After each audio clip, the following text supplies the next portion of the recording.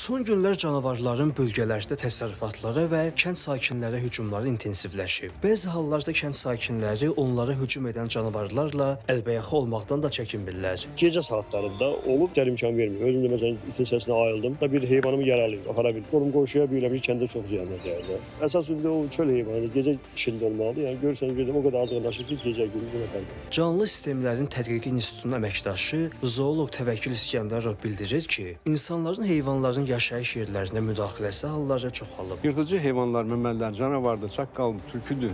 Bunların yaşayış yerləri haradır?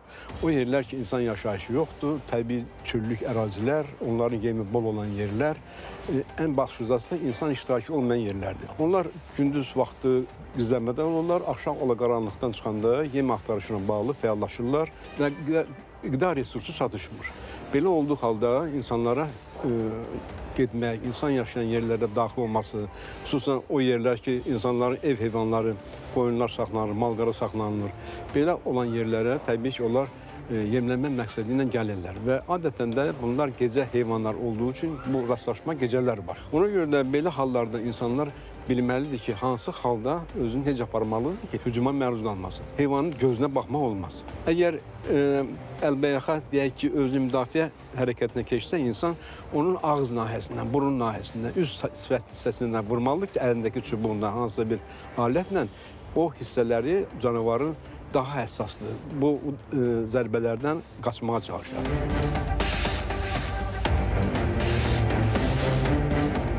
Ümumdünya Təbiəti Mühafizə Fondunun Azərbaycan nümayəndəliyinin direktoru Elşir Əsgərov deyir ki, canavar hücumlarının qarşısını qismən almaq mümkündür. Nə qədər humanist olmasa da, canavarın balalarını deməli yuvadan götürməklə onun sayını azaltmaq daha effektiv hesab olunur. İndi canavar özü bir çox beynəlxalq sazişlərlə, müqavilələrlə, konvensiyalarla qorunur.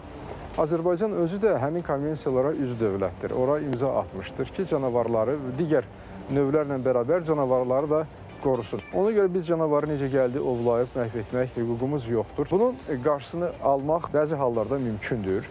Buna hazırlıq olmaq lazımdır. Əvvəla texniki cəhətdən hazırlıq olmaq lazımdır. Məsələn, elektrik çəpərlərdən istifadə edirlər. Xüsusi işıqlar, yanıb sönən işıqlar var ki, deməli, həmin sürü saxlanılan yerin ətrafına qoyursan və o yırtıcı heyvanların oraya yaxınlaşmasının qarşısını alır. Amma əgər belə hallar baş verirsə, artıq problemli canavarlar varsa, problemli heyvanlar varsa, Ekologiya və Təbii Sərvətlər Nazirliyi bu işə qarışır. Onlar deməli xüsusi könüllü ovçu dəstələri yaratmaq imkanları var və o heyvanı, həmin o problem yaradan heyvanı, insan təsərrüfatına çox ziyan vuran, qarşısı alına bilinməyən və hətta insanlara hücum edən heyvanları artıq öldürmək qərarına verirlər. Müsahibimiz bildirir ki, canavar hücumları nəticəsində quduculuq xəstəliyinin artması halları da çoxalıb. Əlin Oğuz Əliyev, Ramin İsmailov.